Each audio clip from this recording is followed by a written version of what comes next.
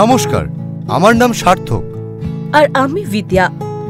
আমরা সকলেই চাই যে জীবন সুখী হোক এবং পরিবারের প্রয়োজনের জন্য অর্থের অভাব যেন না হয়। আর এর জন্য এটা প্রয়োজন যে আমরা আপনার ভবিষ্যতের প্রয়োজনের জন্য আর্থিক পরিকল্পনা করুন, মাসের খরচের জন্য একটি বাজেট তৈরি করুন, নিয়মিত অর্থ সঞ্চয় করুন, সময় মতো ঋণের কিস্তি পরিশোধ করুন এবং আমাদের অর্থ নিরাপদে রাখুন।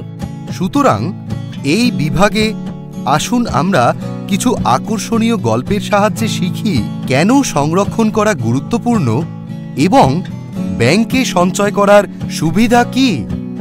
সঞ্চয় কি? এখন যা কিছু পাওয়া যায় তার কিছু অংশ ভবিষ্যতে ব্যবহারের জন্য রেখে দেওয়াকে সঞ্চয় বলা হয়। উদাহরণস্বরূপ, মরুভূমিতে একটি উট কঠোর সূর্যের আলোতেও অনেকদিন জল না পান করে থাকতে পারে, কারণ যখনই জল পাওয়া যায় তখন এটি প্রচুর জল পান করে এবং তার পেটে জমা করে। আর গরমে ঠাকুমা আমের আচার বানান, যাতে আমের মরশুম শেষ হওয়ার পরও আমরা সারা বছর আচার খেতে পারি। একেবারে পশু, পাখি, গাছপালা বা মানুষ যাই হোক না কেন, সকলেই ভবিষ্যতের জন্য সঞ্চয় করে। একইভাবে আমাদেরও অর্থ সঞ্চয় করা উচিত। এটা শালু আর এটা মালু। শালু টাকা পাওয়া মাত্রই তৎক্ষণাৎ খরচ করতে শুরু করে দেয়। খাবার, বাড়ি ভাড়া, বিদ্যুৎ জলের বিল, স্কুলের ফি, মোবাইলের রিচার্জ বাবদ এবং বিনোদন, কেনাকাটা ইত্যাদিতে। যেখানে মালু প্রথমে তার সংসারের খরচের একটি বাজেট তৈরি করে, সেই প্রয়োজনীয় ব্যয়গুলিকে অগ্রাধিকার দেয় যা এড়ানো যায় না। এরপরে মালু সঞ্চয় হিসাবে একটি নির্দিষ্ট পরিমাণ আলাদা করে রাখে এবং তারপরে অবশিষ্ট অর্থ অন্যান্য ব্যয়ের জন্য ব্যবহার করে, অপ্রয়োজনীয় ব্যয় স্থগিত করে। মালুর মতো আমাদেরও ভাবতে হবে কি কি খরচ কমানো যায় এবং ভবিষ্যতের জন্য সাশ্রয় করা যায়। অসুস্থতা বা দুর্ঘটনার মতো হঠাৎ করে অনেক ব্যয় আসলে যদি আমাদের পর্যাপ্ত সঞ্চয় না থাকে, তবে আমাদের ঋণ নিতে হবে। এভাবে ঋণ নিয়ে বা গয়না বন্ধক রেখে আমরা ঋণের ফাঁদে পড়ে অযথা সুদ দিতে পারি। আজ সঞ্চয় করলেই কেবল সেই টাকা আমরা ভবিষ্যতে বিয়ে, উৎসব বা কোনো অসুস্থতা বা দুর্ঘটনা বা অন্যান্য আকস্মিক খরচের সময় ব্যবহার করতে পারব। এই জন্য আমাদের নিয়মিত অল্প পরিমাণ অর্থ সঞ্চয় করা উচিত। এটা ভোলা আর এটা গোলা।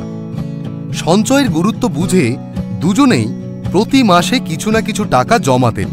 ভোলা একটি প্লাস্টিকের প্যাকেটে টাকা ঢুকিয়ে বাড়ির পেছনের মাটিতে গর্ত করে তাতে রেখে দেন, যেখানে গোলা জনধন অ্যাকাউন্টে টাকা জমা করেছিলেন যা তিনি ব্যাংকে খুলেছিলেন।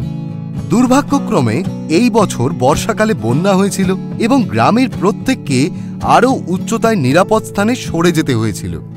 জল নেমে গেলে ভোলা গ্রামে ফিরে গিয়ে দেখেন সব ভেসে গেছে, এমনকি তার কয়েক মাসের সঞ্চয়ও। পরদিনই গোলা ব্যাংকে গিয়ে তার অ্যাকাউন্ট থেকে কিছু টাকা তুলে নেয়। ভোলা গোলার কাহিনী শিখিয়ে দেয় যে সঞ্চয় করার সময় আমাদেরও এটাও খেয়াল রাখতে হবে যে আমাদের টাকা সুরক্ষিত থাকতে হবে। চুরি, জালিয়াতি বা অন্য কোনো ক্ষতির কোনো ঝুঁকি আছে কি? প্রয়োজনের সময় টাকা তোলা যাবে কিনা? সঞ্চয় ছাড়াও আর কি কি সুবিধা ও পরিষেবা আমরা পেতে পারি? ঘরে রাখা টাকা যেমন আলমারি, শস্যের বাক্স, ঘাসে গর্ত খোঁড়া, দেওয়ালে গর্ত করা নিরাপদ নয়। উইপোকার উপদ্রব, ইঁদুর খাওয়া, আগুন বা জলের ক্ষতির ঝুঁকি সর্বদা থাকে। এছাড়াও আমাদের কষ্টার্জিত অর্থ প্রমাণ ছাড়া সঞ্চয় করার জন্য কাউকে দেওয়া উচিত নয়, যেখানে অর্থ ফেরত পাওয়ার কোনো গ্যারান্টি নেই। সঞ্চয়গুলি সর্বদা একটি নিরাপদ স্থানে রাখা উচিত, যেখান থেকে এটি চুরি হয় না, নষ্ট হয় না এবং কোনো জালিয়াতি বা ক্ষতি হয় না। অতএব আমাদের সর্বদা একটি নিরাপদ স্থানে অর্থ রাখা উচিত, অর্থাৎ একটি ব্যাংক বা পোস্ট অফিসে। কারণ ব্যাংকে টাকা জমা দেওয়ার ক্ষেত্রে আমাদের টাকা সুরক্ষিত থাকবে, আমরা একটি রসিদ পাই এবং এন্ট্রিগুলিও পাসবইতে তৈরি করা হয় এবং আমরা যখনই প্রয়োজন তখন টাকা তুলতে পারি, অথবা নগদ উত্তোলন না করে আমরা অনলাইন ব্যাংকিং, ডেবিট কার্ড বা মোবাইলের মাধ্যমে ডিজিটাল পেমেন্ট ইত্যাদিও করতে পারি। এছাড়াও ব্যাংকের টাকা জমা দিলে সুদ পাওয়া যায়, মানে ব্যাংক অ্যাকাউন্টে আমাদের জমাকৃত টাকা সময়ের সঙ্গে পাল্লা দিয়ে বাড়তে থাকে।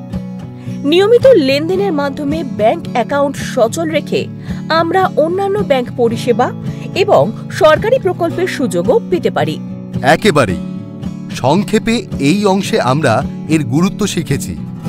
মাসের খরচের জন্য একটি বাজেট তৈরি করা, অপ্রয়োজনীয় খরচ দূর করা, নিয়মিত সঞ্চয় করা, ব্যাংকে টাকা জমা রেখে টাকা নিরাপদ রাখা, ব্যাংক অ্যাকাউন্ট সচল রাখা, বিভিন্ন পরিষেবা এবং সরকারি প্রকল্পের সুবিধা পাওয়া।